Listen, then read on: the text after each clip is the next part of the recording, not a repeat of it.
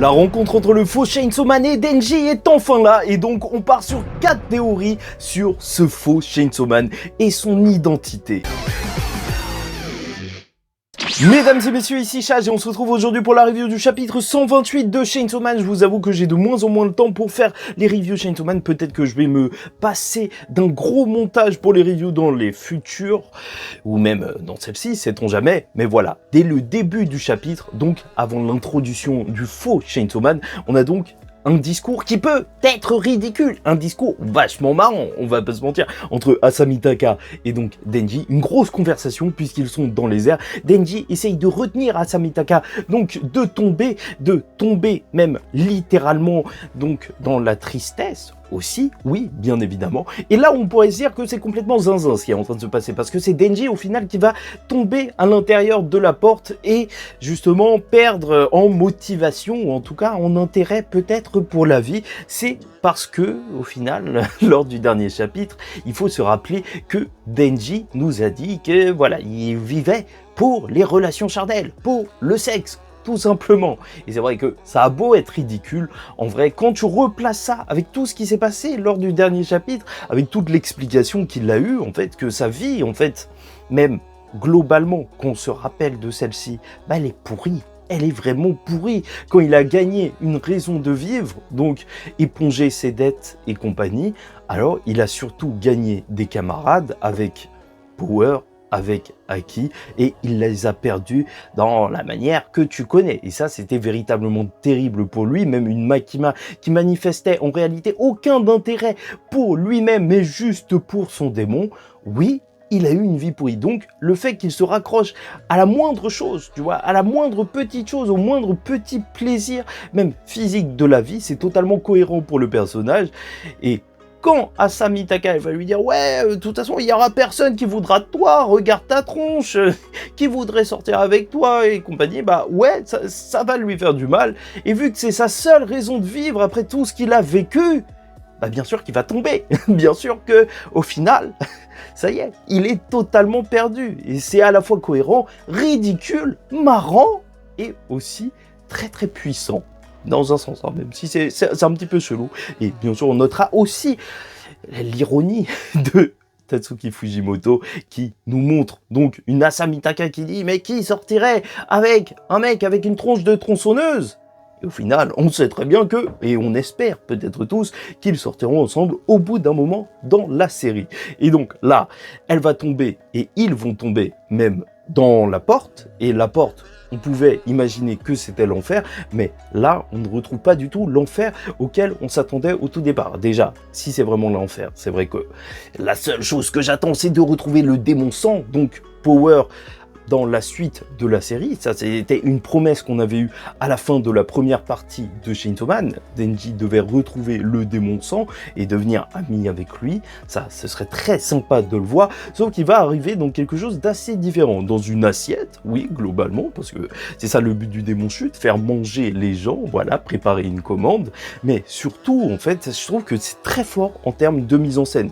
Personne ne sera passé à côté, c'était ultra marquant. Voir un Denji s'enfuir de l'assiette en tenant Asamitaka sur son dos et en courant, mais tout ça dans un fond juste noir. Et je trouve que c'est vraiment très très fort parce que en plus de nous rappeler le tout début de Chainsaw Man, une astuce qui a été utilisée en termes de mise en scène, donc dans la première partie avec le démon zombie et Denji qui se battait et compagnie, donc dans un environnement tout noir, là c'est peut-être aussi fort que si on voyait l'enfer en mode berserkien, donc éclipsienne, où tu vois même des démons un petit peu partout. Là, c'est d'autant plus même effrayant, tu vois, quasiment aussi effrayant, de ne rien voir du tout. Je trouve que c'est là où ça marche extrêmement bien, c'est que par ce fond noir, t'as aucun repère spatial, tu comprends pas réellement ce qui se passe, tu ressens vraiment cette sensation de vide, où t'as Denji qui se prend même des coups dans tous les sens, même sa tête, elle s'envole et il continue de se soigner parce que oui, il est efficace, maintenant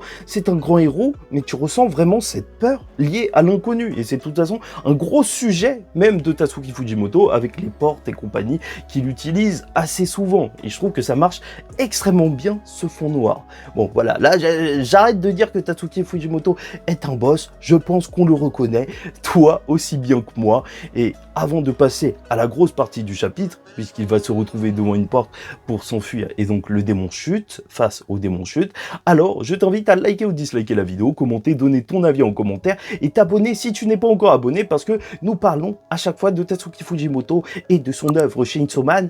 Mais bon, là il va y avoir 2 semaines de pause, ouais, c'est triste mais on y revient. La suite en mai et là il se retrouve face au démon chute qui va lui proposer un choix. On avait vu par le passé que le démon chute, même si c'était une peur primaire, ne voulait pas forcément de mal à l'humanité, aux personnes en dehors de sa mission, et donc va proposer à Denji, laisse-la et tu peux repartir. Voilà. Lui, il a juste eu la commande donc d'Asamitaka, et on va avoir une réponse un petit peu chelou. Ça, on va passer à côté parce que encore, je peux défendre Denji sur le fait qu'il ait perdu toute sa motivation juste parce qu'il peut pas avoir de relation charnelle, tu vois, au début du chapitre et qu'il soit tombé. Mais là, qu'ils disent, bah, je peux garder ses fesses, c'est bizarre. Ah ouais, là, c'est indéfendable, Denji. Bon, après, c'est sûr que c'est à noter sur le ton de l'humour et c'est surtout son allié à Denji, ce qu'on peut considérer comme un allié, vu ce qu'il va faire, le faux Chainsaw Man qui va arriver et donc découper ce démon chute. Oui, là, à partir de là, on peut enfin entamer ces 4 théories, mais il faut noter que le démon chute, là, on nous dit qu'il faut que Denji survive et fuit jusqu'au lever du soleil, donc ça se trouve que juste après, le contrat sera terminé, parce que même par le passé, et ça nous est répété lors de ce chapitre, là, les personnes qui ne terminent pas leurs assiettes, donc possiblement même le démon chenille bizarre qui a commandé, entre guillemets, Asamitaka pour la manger, alors, au final, peut-être que lui-même se ferait tuer par le démon chute s'il ne mange pas Asamitaka assez rapidement. Voilà. Peut-être que, voilà, ça va juste être une course contre la montre et au moins, ça permet à Denji et à Asamitaka de pouvoir sortir vivant de cet arc parce que sinon, je vois pas comment il combattrait ce démon juste surpuissant pour l'instant. Donc, ces 4 théories, bah, je vais commencer par la première vision que j'ai de tout ça, et peut-être le truc le plus évident, c'est quelque chose qu'on avait évoqué par le passé, mais ce serait le fait que le faux Chainsaw Man soit en réalité un autre Chainsaw Man, mais le démon Chainsaw Man, pas le démon tronçonneuse comme on le connaît maintenant.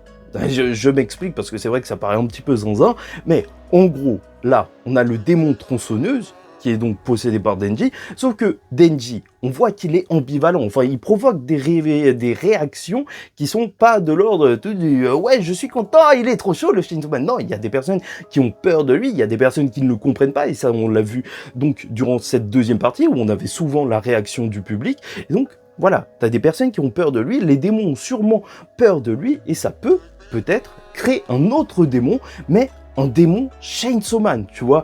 Genre, il y aurait le Chainsaw Man démon tronçonneuse et le démon Chainsaw Man, genre l'entité Chainsaw Man dont les gens auraient peur. Et c'est vrai que là, ça pourrait faire toute la différence et même être intéressant parce que ce démon-là, donc en toute théorie, ce serait même un démon qui serait peut-être plus héroïque que Denji, vu qu'il représenterait cette peur justement du Chainsaw Man, et le Chainsaw Man représente un petit peu l'héroïsme dans cet univers, tu vois, le sauveur entre guillemets, et ça expliquerait même pourquoi il aurait tué Yuko, parce qu'au final, voilà, ce ne serait pas un mauvais gars, entre guillemets, si on peut voir qui est mauvais ou pas, vu ce que Denji nous a dit. Quand même, il a dit qu'il voulait juste garder les fesses d'Asa, donc c'était plutôt, plutôt pas terrible, mais voilà, qui pourrait s'ériger à la fois en tant que justice, même en tant que bourreau, tu vois, en tant que juge et bourreau, mettre la sentence aux gens sans même réfléchir, tuer toutes les menaces. Voilà, ça pourrait être donc un deuxième Chainsaw Man, mais un véritable démon Chainsaw Man.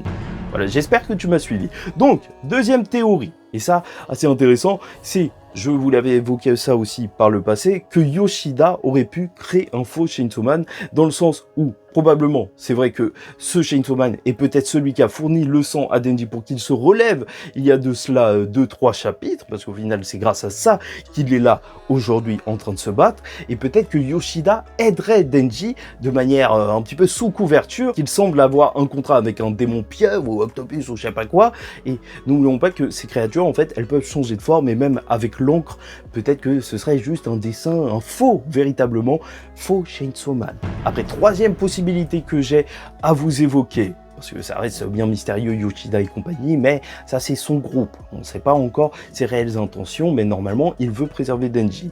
Donc cette troisième possibilité, c'est que ce serait le démon justice, et ça je vous en avais pas parlé, mais je trouve que c'est assez intéressant dans le sens où le démon justice, on l'a vu avec 2 avatars depuis le début de la série, et même il a été un petit peu important lors de cette seconde partie au final, sauf qu'on n'a pas eu les tenants et aboutissants, et s'il y a bien une personne qui représente la justice dans cet univers de Chainsaw Man actuellement, c'est peut-être Denji. Pour le grand public, Denji, c'est le héros et c'est peut-être celui le plus juste. Et ça pourrait être intéressant d'avoir une réintroduction de ce démon justice, de revenir sur le Kayuko, parce qu'encore une fois, il n'a pas été terminé en termes d'intrigue scénaristique, on n'est pas revenu sur sa mort, elle est morte. Donc là, on pourrait revenir globalement sur pourquoi il y a eu des attaques sur le lycée, pourquoi le démon justice traînait autour d'Asamitaka. Voilà, peut-être que ce serait le faux Chainsaw Man qui serait lié à tout ça, une représentation du démon justice. Voilà. Et pour terminer, là, c'est peut-être le 4e point que je voulais évoquer avec vous, et peut-être que tout ça, en fait, ce sera la vérité, au final, un petit mélange de tout ça, où ça se trouve que je raconte n'importe quoi, mais c'est toujours intéressant d'essayer de deviner quels sont les démons et qu'est-ce qu'ils veulent, en réalité, parce que même Makima, au final, elle aura été très mystérieuse jusqu'à la fin. Bref, j'y reviens. Donc, 4e possibilité, ce serait que ce soit le véritable démon tronçonneuse.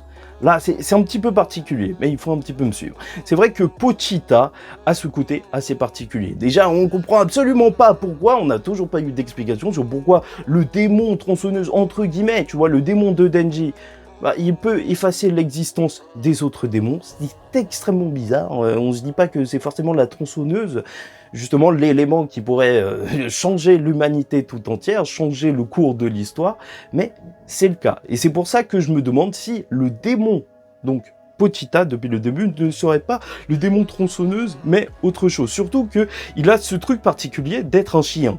Tu vas me dire, il y a déjà des démons avec des formes d'animaux. Tu vois, Bim, c'était un requin. Mais en même temps, c'était lié à la peur des requins. Même, normalement, les autres démons tomates, bah, ils ressemblent à une tomate. Le démon ange ressemble à un ange. Et au pire, ils ont des formes humanoïdes, entre guillemets. Sauf que là, en fait, le démon tronçonneuse a quand même une forme de chien. Et chien, meilleur ami de l'homme, tu connais. Peut-être que c'est un démon qui est là pour aider l'humanité. Peut-être le démon de l'effacement, peut-être le démon de l'histoire même, tu vois, un concept, même un démon du progrès pour l'humanité, c'est vrai que ça peut représenter une peur, le démon de la compréhension, enfin je sais pas, ça peut aller très loin, parce qu'au final, un chien, ça ne veut absolument rien dire, un chien avec une tronçonneuse, donc voilà, peut-être que ce serait un autre démon que juste le démon Chainsaw Man depuis le début. Après, je vais pas vous mentir, j'ai pas eu le temps de chercher dans tout le manga, il y a certaines personnes qui ont dit que Pochita, information à vérifier, n'a jamais été appelé démon tronçonneuse, véritablement pas un démon. Et ça, il faudrait vraiment revoir si, durant tout le manga, vraiment, il n'y a personne qui l'a appelé démon tronçonneuse, mais c'est assez intéressant. Et c'est vrai qu'au final, il y a encore ce gros mystère autour de Denji, et ça se trouve que, donc, le Chainsaw Man qu'on voit, le faux Chainsaw Man, ce serait le véritable démon tronçonneuse, et que le Pochita qu'on a depuis le début, ce serait pas du tout une tronçonneuse, ce serait vraiment autre chose. Enfin si, ce serait une tronçonneuse pour attaquer, mais ça relèverait d'une toute autre nature, parce que c'est vrai que c'est un pouvoir juste incroyable, même peut-être supérieur au pouvoir des peurs primaires. Ah oui, et 5e point au bonus, c'est vrai que c'est assez particulier, mais c'est vrai que Chainsaw Man, le Chainsaw Man, a laissé en théorie son corps dans l'espace, quand il a combattu Makima et ses apôtres, entre guillemets. Donc là, peut-être que ce serait né le faux Chainsaw Man du corps qu'il a laissé dans l'espace. Une deuxième entité lui ressemblant, étant même plus ou moins lui-même. Bon bref, ça on s'en va, ça devient très complexe. Voilà, globalement ce que j'avais à vous proposer. J'espère que je vous aurais pas perdu dans toutes ces explications très cheloues, je vais pas vous mentir, très particulières. Et bon, en attendant la suite, je vous dis ciao tout le monde, faites très attention à vous, et surtout, paix sur vous.